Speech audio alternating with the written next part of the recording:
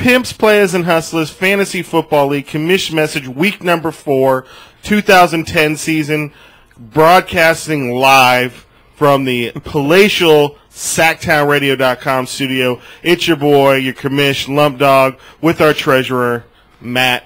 What's going on, man? What's up, Lump? Thanks for coming out at the PPH again. Sports Desk. Yes. Breaking down last week's games. Going to look at who's doing well, who's doing poorly. Major action in the NFL this week. Obviously, everybody's aware of that. Big trades. Oh, just going down today. Yeah, definitely. We're gonna get into that for sure. But let's just start off like we always do and just start breaking down some of these games. We're going to start off first with the Hazleton battle that we had father against son here. Papa's Rat Pack against Brewdogs. Brewdogs pulls out the win on Monday night, 117 to 113. Papa's Rat Pack led by Aaron Rodgers with 32, Calvin Johnson with 20, and then, man, the Great White Hope, as I like to call him, was it Peyton Hillis? Peyton Hillis. Peyton Hillis with 17 points. Man, he's been a great find for the old man. He's definitely been producing on his team, especially the last 2 weeks.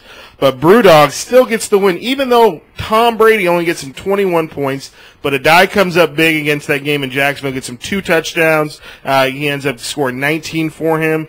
Donald Driver chips in 14. And then the Patriots D just goes stupid dummy on Monday night with 46 block punts for touchdowns, block field goals for touchdowns. That's got to be a record for defensive punt scoring. Returns for touchdowns, interceptions for touchdowns. Every time he turned around, it was like the Patriots' special teams or defense was scoring. But hey, that's what it is. He gets the win, 117 to 113. So what do you got, Bowles? Well, I'm going to look at the Jugs playing URSO. This game was really not even close at any point. Foster, always good for a lot of smack talk with Duke. He delivered with some, but I don't even feel like Foster's heart was in it this week because it was such a blowout. Yeah, no, he was more concerned about me losing. Yeah, he did seem more concerned about that. So anyways, Jugs got 36 from Rivers, 17 from Bradshaw. The Bears D threw in 16. URSO rolling with Cuddy. We knew those weeks were going to come where he was going to do poorly. -2. Obviously, he was injured this week, but -2 from your quarterback. It's hard to overcome that. It's almost impossible to win with that. One more time. Hakeem Nicks did throw in 12, along with Ryan Matthews. Packers D threw in 21. They've been solid this year, but not enough. And 2 weeks in a row now, Duke with the lowest point total in the league. He started off 2-0 too. He did start out hot, but now the last two, he started off 2-0, and now he's taking 2 losses in a row and been the lowest scoring team 2 weeks running now. So he's battling your point total right now. Hey, you're not supposed to let the viewing audience know that. Everyone's well aware of that. Anyway, so the next game we got your game, Any Given Sunday against Lotta. You pull out the win, 101 to 61. Not a huge score, but Lotta's team just kind of got injured and shit the bed. Vic. When you have Mike Vick in and he goes out in the first quarter, only gets him 5 points. My voodoo worked this week for Vic. I was sticking needles in pit bulls, and it worked. You're just lucky Austin Colley's on that team. He would have scored like 80 points to pull him out the win. Exactly. Thank God I don't have to face Austin Colley anymore. Vic gets him 5. D'Angelo Williams actually starts looking good, gets him 15, and then Saints D gets him 15, but nothing really to write home about with only 61 points.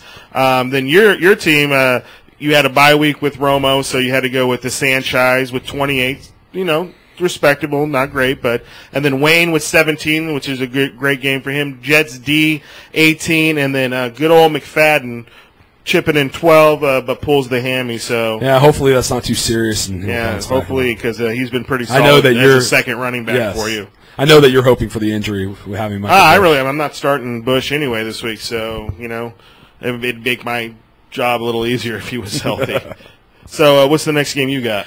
I'm looking at your game, 18 versus Collar Poppin' Pimps. We had a 120-115 score. This was another Monday night battle. We had the Henny, Brandon Marshall connection. You could almost feel Lump's anxiety over that game through the computer.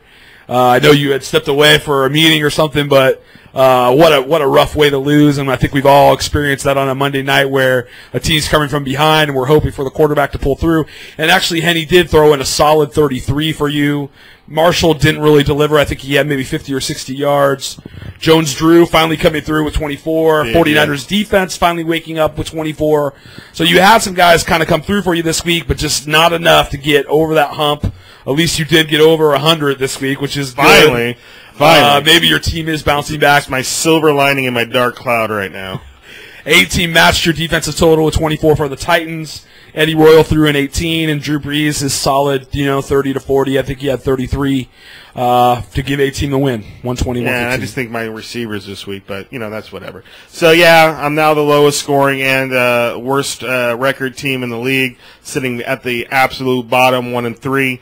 My team sucks. Let me just teach Foster a little lesson in humility here. I don't own this motherfucker when I'm the last in the league. I suck. I'm the worst, but I still have faith. I got to stick it out. It's 1-3. It's not the end of the world, and I've seen people come back from worse.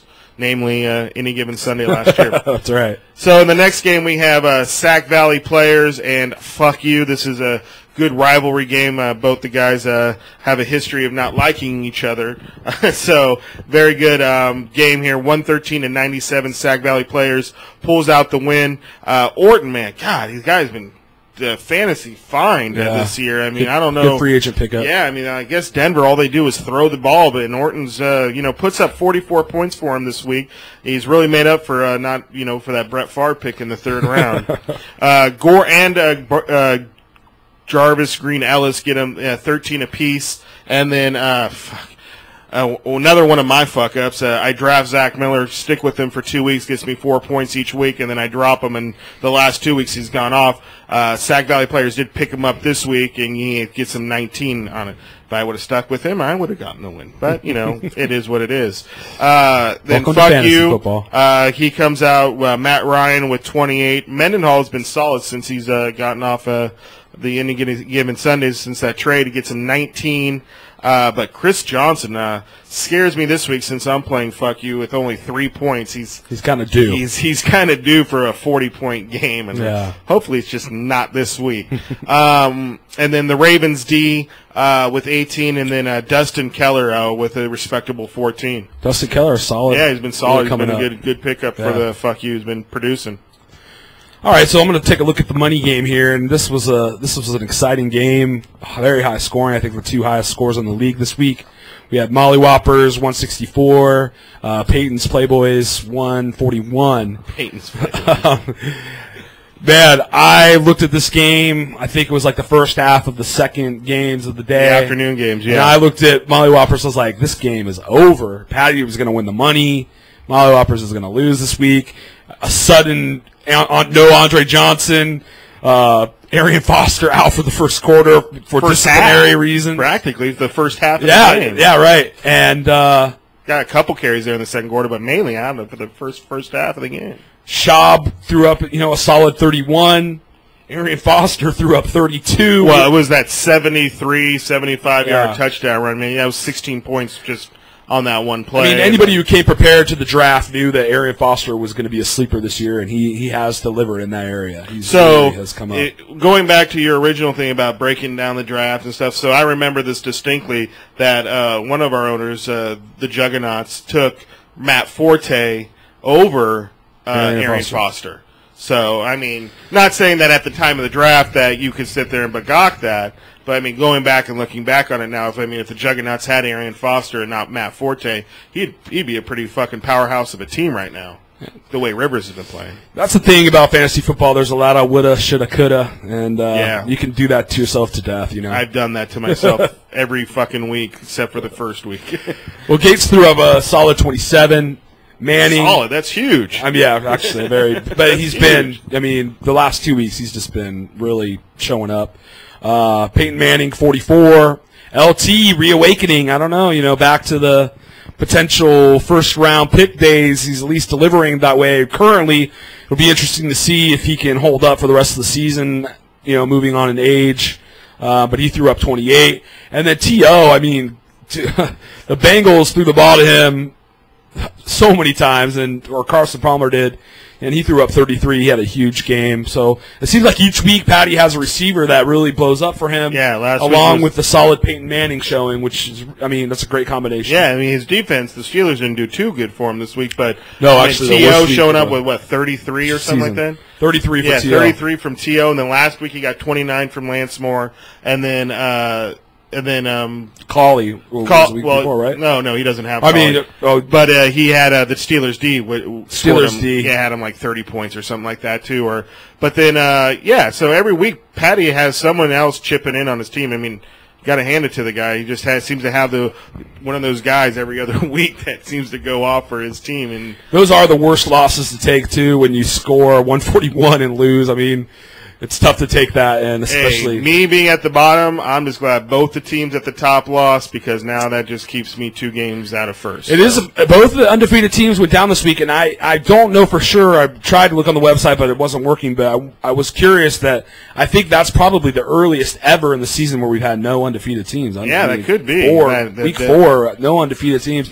I mean, this is anyone's ball game, really. Anything could happen, obviously, any given Sunday, and this has been a weird season, I think, so far. You're telling me. I'm used to being up at the top, and I'm at the bottom this year. So, and no homo. Deal with that adversity, you know man. What I'm saying? Yeah, exactly. You know, it is what it is, though, right? So, got to deal with it. And I'd just like to say, anyone that's out there that might still be supporting me in the pick'ems, feel perfectly fine to jump off my bandwagon. I'm stuck with my team. I'm going to go down with the ship. You can bail out.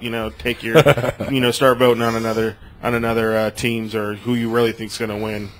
But it is what it is. Yada.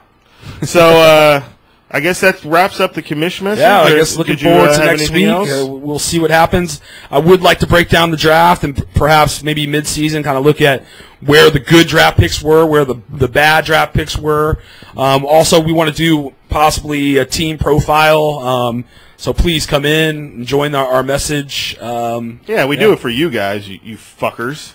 Exactly. God damn. It's like, we get any league participation in this thing? I guess not. I do live way the fuck out in BFE, so at least me and Bolzer do. All right, man. So thanks for tuning in for week 4 Commish Message, and congratulations to the Molly Whoppers for winning that weekly prize this week. That's 2 in 4 weeks that he's won. Molly Whop. So he's taken half the weekly prizes so far. Yada. Touchdown Radio. Slide down the block, slide down the block, slide down to the mob, big ass wheels. Molly Wop.